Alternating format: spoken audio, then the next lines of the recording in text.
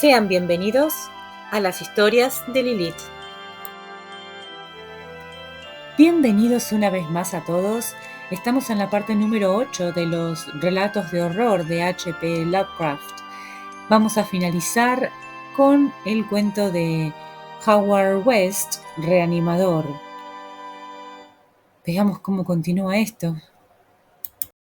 Capítulo 6. La Legión del Sepulcro. Un año atrás, cuando el Dr. Herbert West desapareció, la policía de Bolton me interrogó extensamente. Se quedaron con la sospecha de que me guardaba cosas, o algo peor. Pero no podía decirles la verdad, porque no me hubieran creído. En efecto, sabían que West había estado implicado en actividades que superaban la capacidad de credibilidad de los hombres comunes, pues los espantosos experimentos de reanimación de cadáveres habían sido muy numerosos para lograr mantener un hermético silencio en torno a ellos. Pero la última y escalofriante catástrofe adquirió un grado de fantasía demoníaca que incluso me hace dudar de la realidad de lo que presencié. Yo era su más cercano amigo y su único y confidencial ayudante. Nos habíamos conocido unos años antes en la Facultad de Medicina y desde un principio fui partícipe de sus terribles investigaciones. Había trabajado lentamente para perfeccionar una solución que, al ser inyectada en las venas de un recién fallecido, podía volverlo a la vida. Para este tipo de trabajo se necesitaba abundantes cadáveres frescos e implicaba, por consiguiente, las actividades más terribles. Más espantosos eran los resultados de algunos de sus experimentos. Masas horrendas de carne que había estado muerta, pero que West reanimaba, despertando una ciega y repugnante animación sin razón. Así eran los resultados habituales, ya que para que la razón volviera a despertar se requería de ejemplares extremadamente frescos y que las delicadas células cerebrales no hubieran sido afectadas por la descomposición. Esta necesidad de cadáveres lo suficientemente frescos trajo como resultado la ruina moral de West. Conseguirlos suponía grandes dificultades, y un día terrible llegó a apoderarse de un ejemplar cuando aún estaba vivo, con toda su vigorosidad. Un forcejeo, una aguja y un alcaloide poderoso lo convirtieron en un cadáver milagrosamente fresco, y el experimento tuvo resultados positivos durante un breve y memorable momento. Pero West emergió de él con el alma endurecida y seca, y con una mirada helada que observaba con calculado y horrendo aprecio a los hombres, en especial a los de más fina inteligencia y físico vigoroso. Hacia el final, yo mismo tuve miedo de West, ya que comenzaba a observarme con esa misma forma. La gente parecía no darse cuenta de sus miradas, aunque me notara asustado, y luego de que desapareció, se valieron de eso para propagar absurdas sospechas. En realidad, West tenía aún más miedo que yo. Su monstruosa labor le hacía sobrellevar una vida oculta y plagada de sobresaltos. En parte, tenía miedo de la policía, pero con frecuencia su temor parecía tener un origen más profundo y oscuro, y tenía relación con abominaciones indecibles por las que había despertado a una vida mórbida, la cual no había visto extinguirse. Por lo general, sus experimentos culminaban con un disparo, pero algunas veces no era lo suficientemente rápido. Fue lo que sucedió con aquel primer ejemplar en cuya profana tumba más tarde se descubrieron huellas de arañazos. Y fue lo que también ocurrió con el cadáver de aquel profesor de Arkham, que cometió actos de canibalismo antes de ser capturado y encerrado, sin haber podido ser identificado en una celda del manicomio de Sefton, donde estuvo 6 años golpeándose la cabeza contra las paredes. Casi todas las demás criaturas que tal vez siguieran con vida eran productos de lo que resulta más dificultoso hablar, ya que en los últimos años el interés científico de West había degenerado en una manía insana y fantasiosa, y se había dedicado a revivir cuerpos no del todo humanos, sino pedazos seccionados de cadáveres o trozos unidos a materia orgánica no humana. En la época que desapareció, se había transformado en algo perverso e indeseable. Muchos de los experimentos no podrían ser vertidos en letra impresa. Durante la guerra, donde ambos servimos como cirujanos, este aspecto de West se había intensificado. Cuando decía que el temor de West a sus ejemplares era algo oscuro, me refería sobre todo a la complejidad de ese miedo. Se debía en parte al hecho de saber que estas abominables monstruosidades aún seguían con vida y en parte al miedo que tenía por el daño físico que podrían infligirle en determinadas circunstancias. La desaparición de estas criaturas incrementaba el horror de la situación. West solamente conocía el paradero de uno solo, el lastimoso ser del manicomio. Pero además había un temor más vaporoso, una sensación realmente fantástica que se originaba en un extraño experimento que realizó en 1915, estando en el ejército canadiense. En medio de una cerrada batalla, West había reanimado al comandante Eric Morland Clapman Lee, DSO, un colega que tenía conocimiento de estos experimentos y que podría haberlos reproducido. Le había terminado de seccionar la cabeza para así poder estudiar las probabilidades de vida inteligente del tronco. El experimento alcanzó resultado en el instante que una bomba alemana cayó sobre el edificio.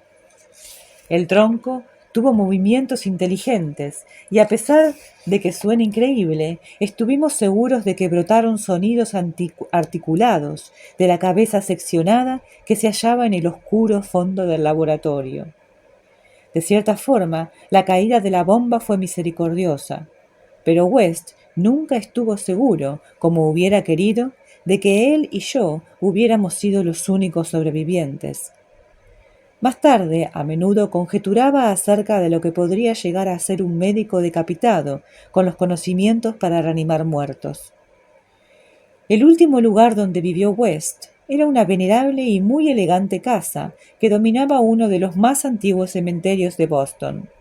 Había elegido el lugar simplemente por razones simbólicas y fantásticas, porque la mayor parte de las sepulturas databan de la época de la colonia, y por lo tanto no reportaban utilidad alguna a un científico que requería de cadáveres frescos. Había construido un laboratorio en un doble sótano realizado secretamente por obreros traídos de otra localidad, y en el que había colocado un enorme incinerador para la discreta y entera eliminación de cadáveres, trozos y remedos de cuerpos que quedaban de los morbosos experimentos y los profanos devaneos del dueño. Durante la excavación de ese segundo sótano, los obreros se habrían topado con restos de una construcción remotamente antigua, que sin duda comunicaba con el viejo cementerio, aunque resultaba demasiado profunda para que desembocara en algún sepulcro conocido. Luego de muchos cálculos, West llegó a la conclusión de que debería haber algún tipo de cámara secreta debajo de la tumba de los Averill, en la que el último enterramiento había ocurrido en 1768. Yo me hallaba con él cuando estudió las húmedas y nitrosas paredes que habían dejado al descubierto las palas y picos de los obreros, y estaba preparado para la gélida sorpresa que nos esperaba en el instante de descubrir los secretos sepulcrales y profanos. Pero por primera vez, la nueva mesura de West se impuso a su curiosidad natural y traicionó a su degenerado carácter, dejando intactos los restos de la construcción y tapándola con yeso.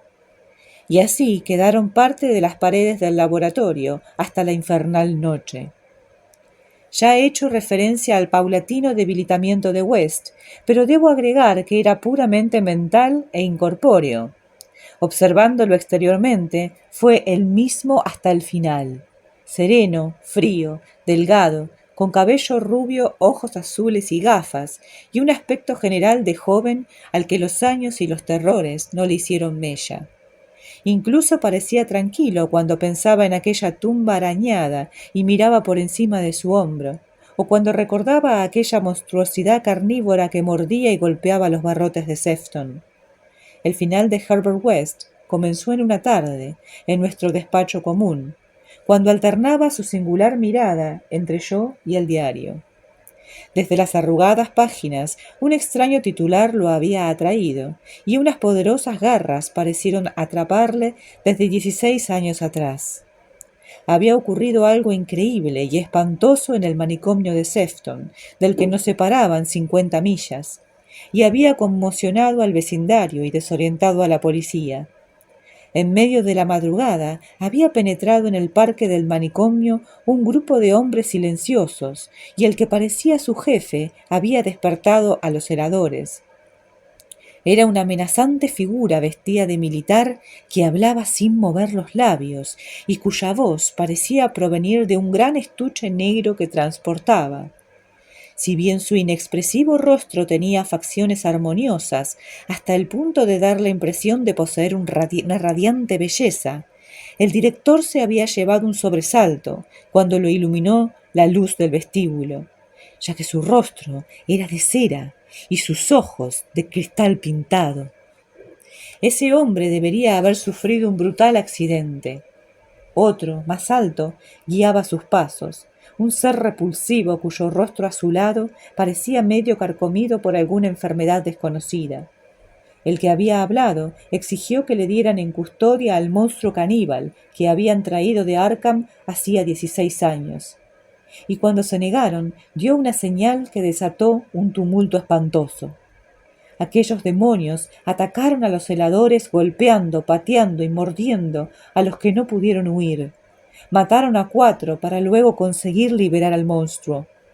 Las víctimas que podían recordar lo ocurrido sin caer en la histeria afirmaban que las criaturas se habían comportado como autómatas, más que como hombres, dirigidos por el jefe de la cabeza de cera. Cuando llegaron a ayudarlos, aquellos hombres y la monstruosidad caníbal habían desaparecido sin dejar rastro. West permaneció como paralizado desde que leyó el artículo y hasta la medianoche. A las 12 tocaron el timbre de la puerta de entrada y se sobresaltó desmedidamente. Ya que todos los criados se hallaban durmiendo en el ático, fui yo a abrir. Como le conté a la policía, no había ningún vehículo en la calle. Solamente vi un grupo de figuras de extraño aspecto que portaban un gran estuche cuadrado que dejaron en la entrada, luego de que uno de ellos gruñera con una voz increíblemente inhumana: urgente, correo, pagado. Se alejaron con paso desigual y tuve el extraño convencimiento de que se dirigían al antiguo cementerio que lindaba con la parte de atrás de la casa. Cuando West oyó que la puerta se cerraba, bajó y observó la caja. Tenía unos 2 pies cuadrados y estaba remitida al nombre de West, a su actual dirección. En el remitente decía Eric Morland Clapman Lee, Saint-Éloi, Flandes. Hacía 6 años, en Flandes, el hospital había sido bombardeado y destruido, y había sepultado al tronco decapitado y reanimado del doctor Clapman Lee, y a su cabeza separada, la cual tal vez había llegado a emitir sonidos articulados. West ni siquiera se conmovió. Se encontraba en un estado aún más espantoso. Dijo rápidamente: «Es el fin, pero incineremos esto». Llevamos la caja hasta el laboratorio con la escucha atenta. No recuerdo muy bien los detalles. Podrán imaginarse mi estado psíquico, pero es una maliciosa mentira decir que lo que metí en el incinerador fuera el cuerpo de Herbert West. Entre los dos metimos la caja sin abrir, cerramos la puerta y encendimos la corriente, y no salió ningún sonido de la caja.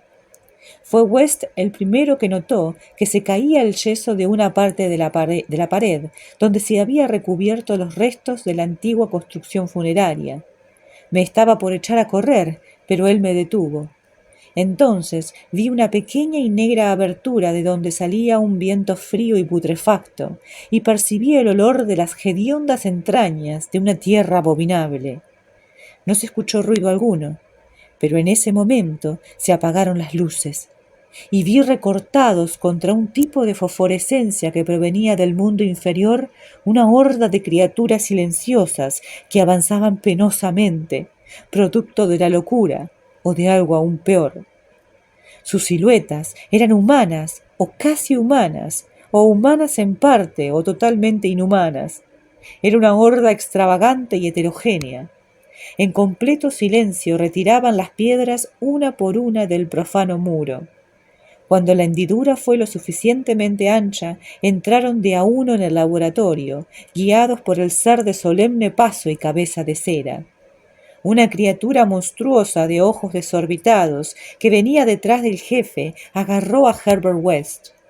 Este no se resistió, ni siquiera gritó. Luego, ante mis ojos, todos se abalanzaron sobre él y lo despedazaron, llevándose sus fragmentos a la cripta subterránea de abominaciones monstruosas.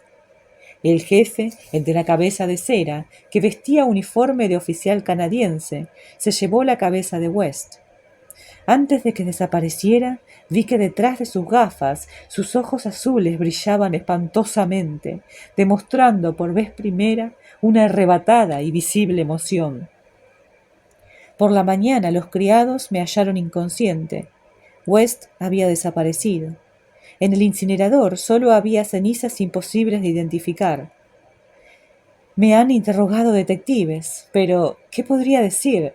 No conectaron a West con los sucesos de Sefton, ni con eso, ni con los hombres de la caja que se niegan a aceptar su existencia. Les hablé de la cripta, pero ellos me han mostrado el yeso intacto en la pared y se han burlado de mí. Así que no he contado nada más. Quieren dar a entender que me volví loco o que soy un asesino. Lo más probable es que esté loco. Pero podría no llegar a ser así si esas malditas legiones de las tumbas no estuvieran tan silenciosas. Y ahora sí, este es el final del cuento completo. Como pueden ver, es un mini cuento, pero forma parte de un cuento más largo que ha sido absolutamente asombroso. Espero que lo hayan disfrutado tanto como yo. Y mañana tenemos otro cuento más, así que no se lo pierdan. Gracias por estar ahí escuchando. Suscríbanse por favor si no lo han hecho y dejen likes y comentarios. Muchas gracias. Hasta mañana.